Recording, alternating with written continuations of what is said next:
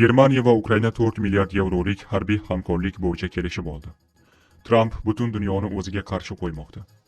Tramp Eron bilan yana muzokaralar bo'lishini aytdi. Kreml Putin reytingining pasayishidan xavotirda. Bularning barchasini video davomida to'liq yoritib beramiz. Eng muhim va qiziqarli yangiliklar video davomida. Xalqaro tartib alg'ov-dalg'ov bo'lmoqda. Urush ustun kelmoqda. Si Zinpin. Buyuk Britaniyaning tinchligi xavf ostida. Rossiya nefti dunyodagi eng qimmat neftga aylandi. Eron yadroviy faoliyatini 5 yilgacha to'xtatib turishni taklif qildi. Eron Italiyani 2 daqiqa ichida yo'q qilib yuborgan bo'lardi. Tramp Giorgia Melonini tanqid qildi. Kim Chen In yangi raketalar sinovida qatnashdi. Eron havo hujumlari oqibatida qancha zarar ko'rdi? Tarixdagi eng yirik neft inqirozi yuz berishi mumkin. Zelenskiy Drujba quvurini ta'mirlashga va'da berdi. Aziz do'stlar, quyida shu haqda videoga like bosing va izohlarda fikrlaringizni yozib qoldiring. Ukraina prezidenti Zelenskiyning Berlinga tashrifi chog'ida Germaniya va Ukraina strategik sheriklik to'g'risida kelishib oldi va hamkorlik, xususan mudofaa sohasiga oid shartnomalarni imzoladi. Germaniya kansleri Friedrich Merz Ukrainani kelgusida ham qo'llab-quvvatlashini, jumladan havo hujumidan mudofaa tizimlari, uzoq masofali qurollar, dronlar va o'q-dorilar bilan yordam berishini tasdiqladi. Rasmiy Kiyevning aniqlik kiritishicha, tomonlar 4 milliard yevrolik hamkorlik paketini kelishib olgan. U havo hujumidan mudofaani kuchaytirish, uzoq masofaga zarba berish imkoniyatlarini rivojlantirish va dronlarni birgalikda ishlab chiqarishni ko'zda tutadi. Bundan tashqari Germaniya Ukrainaga yordam sifatida Patriot tizimlari uchun bir necha yuzlab raketalar xaridini moliyalashtiradi va 36 ta Iris-T uchirish qurilmalarini yetkazib beradi. Bu esa Ukraina shaharlari va infratuzilmasi himoyasini mustahkamlaydi. Tramp butun dunyoni o'ziga qarshi qo'ymoqda. Uning harakatlaridan eng ko'p Qo'shma Shtatlar va uning obro'si zarar ko'rmoqda, dedi harbiy va siyosiy kuzatuvchi Mikhail Onufrienko. Qo'shma Shtatlarda mutlaqo izchil siyosat va bashorat yo'q. Agar jismoniy neft va tankerlar to'silsa, eng katta zarba Eronga emas, balki neftga qaram bo'lgan barcha mamlakatlarga beriladi. Boshqacha aytganda, u butun dunyoga zarar keltiradi. Tramp butun dunyoni o'ziga qarshi qo'ymoqda, dedi mutaxassis. Uning so'zlariga ko'ra, hozir AQSh prezidentining har bir xatosi demokratlar tomonidan hisobga olinmoqda va bu kuzda bo'lib o'tadigan oraliq saylovlarda Trampga qarshi ishlaydi. AQSh prezidenti Donald Tramp yaqin 2 kun ichida Eron bilan yangi muzokaralar o'tkazilishi mumkinligini ma'lum qildi.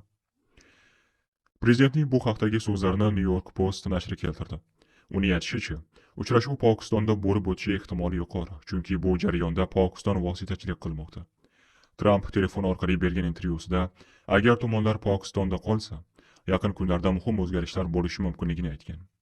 U shuningdek Pokiston armiyasi rahbari Asim Munirning vositachiliklari rolini yuqori baholab, aynan uning sa'y-harakatlari tufayli muzokaralar qayta tiklanishi ehtimoli oshganini ta'kidlagan. Manbalarga ko'ra, navbatdagi muzokaralarda AQSh tomonidan vitse-prezident J.D. Vance, shuningdek maxsus vakillar Steve Witkoff va Trampning kuyovi Jared Kushner ishtirok etishi kutilmoqda. Ular avvalgi uchrashuvda ham Islomobodda eronlik rasmiylar bilan muzokara olib borgan. Oxirgi uchrashuv 11-aprel kuni Islomobodda bo'lib o'tgan. Biroq tomonlar yadro dasturi va Hormuz bo'g'ozi orqali kemalar harakati masalasida kelisha olmagan. Shundan so'ng AQSh ushbu dengiz yo'lagini bloklash boshlanganini e'lon qilgan edi. Kreml Putin reytingining pasayishidan xavotirlanib, internet cheklovlariga bo'lgan yondashuvni ko'rib chiqmoqda. Bloomberg. Agentlik suhbatdoshlarining so'zlariga ko'ra, Rossiya Federal xavfsizlik xizmatining internet tarmog'i ustidan nazoratni kuchaytirishga bo'lgan intilishi ba'zi yuqori martabali rossiyalik amaldorlarni internetga kirishni taqiqlash bilan bog'liq siyosiy va iqtisodiy xavf-xatarlar haqida ogohlantirishga undagan. Bu repressiv choralarni sekinlashtirib, Rossiyada Telegramni ishlashda davom etishiga imkon berishi mumkin, deydi agentlik manbalari. Rossiya prezidenti matbuot kotibi Dmitriy Peskov Bloombergning ushbu xabarga izoh berish borasidagi so'roviga javob bermadi. Xalqaro tartib alg'ov-dalg'ov bo'lmoqda. Urush ustun kelmoqda. Xitoy raisi Ispaniya bosh vaziri Pedro Sanchez bilan uchrashuvda shunday dedi. Bu haqda Bloomberg xabar qildi. Agentlikning ta'kidlashicha, bu Xitoy rahbari xalqaro tizimga nisbatan qo'llagan eng qattiqqo'l iboralardan biri bo'lgan. Ularning qo'shimcha qilishicha, bu ibora nafaqat tartibsizlikni, balki axloqiy tanazzulni ham anglatadi. Si Zinpin shuningdek Sanchesni ikki tomonlama aloqalarni mustahkamlashga va Juniy qonunlariga qarshi kurashishda hamkorlik qilishga chaqirdi. NATOning sobiq bosh kotibi Jorj Robertson Britaniya bosh vaziri Kier Starmerni mudofaa sohasidagi siyosiy beparvolik va yetarlicha mablag' ajratmayotganlikda keskin tanqid qildi. Uning ta'kidlashicha, mamlakatning milliy xavfsizligi tashqi tahdidlar oldida zaif bo'lib qolmoqda.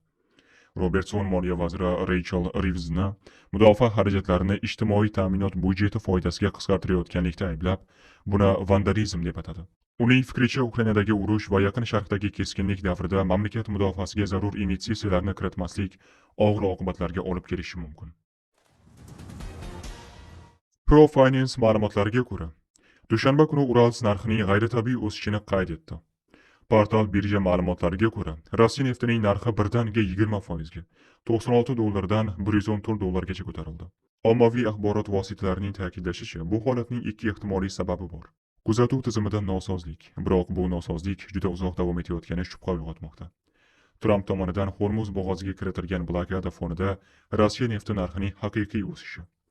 Aprel oyi boshida Rossiyaning Urals neftining narxi bir barrel uchun $116 dan oshgandi. Bu 2013 yildan beri eng yuqori ko'rsatkich bo'ldi, deya eslatadi RBK.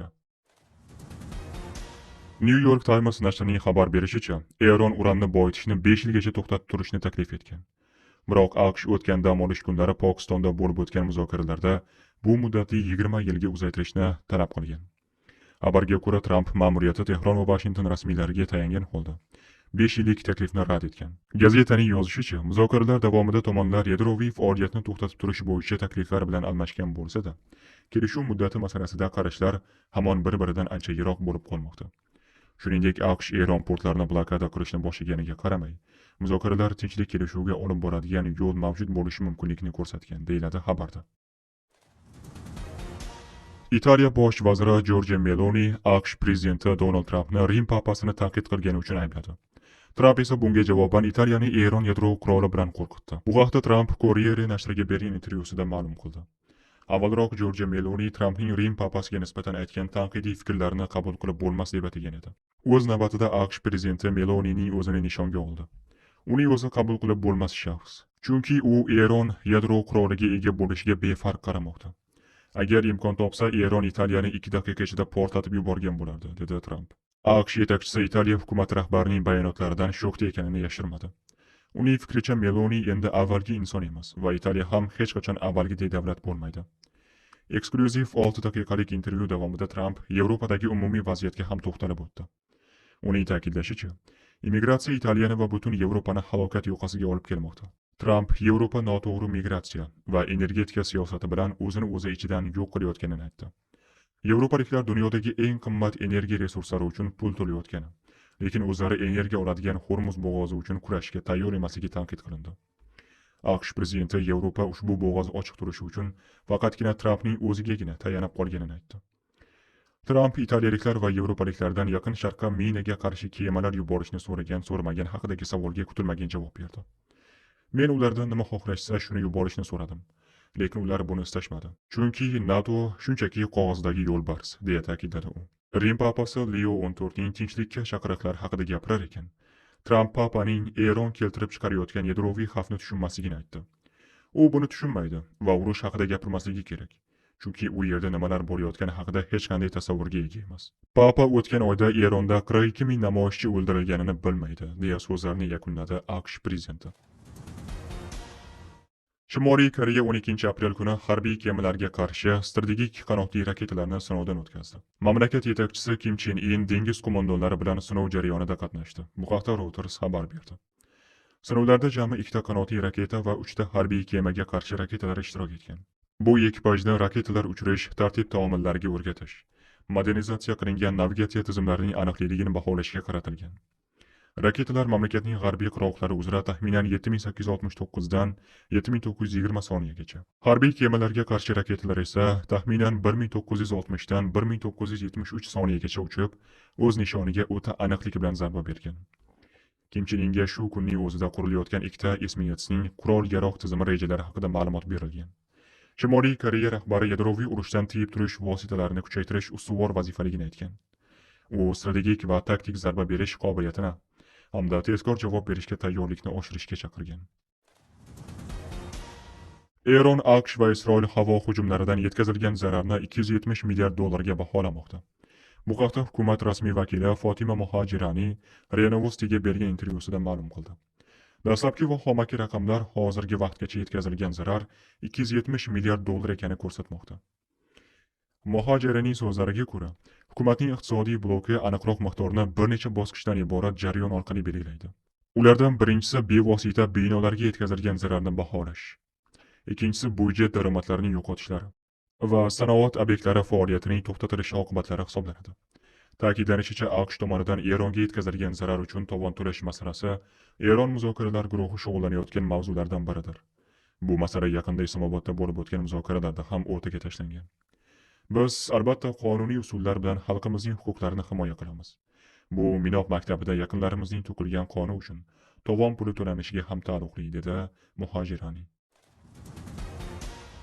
Yaqin Sharqdagi urush tufayli 2026-yilda dunyoni tarixdagi eng yirik neft inqirozi kutmoqda. Bu haqda Xalqaro energetika agentligiga tayanib, Reuters xabar berdi. Xalqaro energetika agentligining neft bozori holati bo'yicha oylik hisobotiga ko'ra, Yaqin Sharqdagi energetika obyektlariga berilgan zarbalar va Eron tomonidan Hormuz bo'g'ozining amalda yopilishi neft qazib olish hamda eksportga salbiy ta'sir ko'rsatgani fonida joriy yilda taklif kuniga 1,5 million barrelga qisqaradi. Agentlik Yaqin Sharqdagi urushni neft yetkazib berishdagi tarixdagi eng yirik uzilish deb atagan va u neft iste'molining global istiqbollarini butunlay ostin-ustun qilib yuborganini qayd etgan. Xalqaro energetika agentligi prognoziga ko'ra, 2026-yilda taklif talabdan atigi 410 ming barrelga ko'proq bo'ladi. Vaholanki o'tgan oyda 2,46 million barrellik ortiqcha ta'minot prognoz qilingan edi. Drujba neft qurini ta'mirlash ishlari aprel oyi oxirigacha neft haydash imkonini beradigan darajada yakunlanadi. Bu haqda kecha 14-aprel kuni Ukraina prezidenti Zelenskiy Germaniya kansleri Friedrich Merz bilan o'tkazilgan matbuot anjumanida ma'lum qildi. Zelenskiyning so'zlariga ko'ra, ta'mirlash to'liq emas, lekin faoliyat ko'rsatish uchun yetarli darajada amalga oshiriladi. Barcha rezervuarlar ta'mirlanmaydi. Bu uzoq davom etadigan jarayon, ammo masala boshqa narsada. U quvur ishlay oladimi? Ha, deydi prezident. U Ukrainaning Vengriya bilan hamkorligiga ishonishini qo'shimcha qilgan. Prezidentning so'zlariga ko'ra, Vengriyaning yangi rahbariyati bilan pragmatik yoki do'stona munosabatlarni, kelishuvlar, hamkorlik va o'zaro hurmat asosida qurish mumkin va bu ikkala mamlakatni ham faqat kuchaytiradi. Zelenskiy Ukraina uchun Vengriyadagi saylov kuni zulmat ustidan nur g'alaba qozongan kun bo'lganini ta'kidlagan. Uning so'zlariga ko'ra, Kiyev yangi bosh vazir Pyotr Madyar bilan uchrashishga har doim tayyor.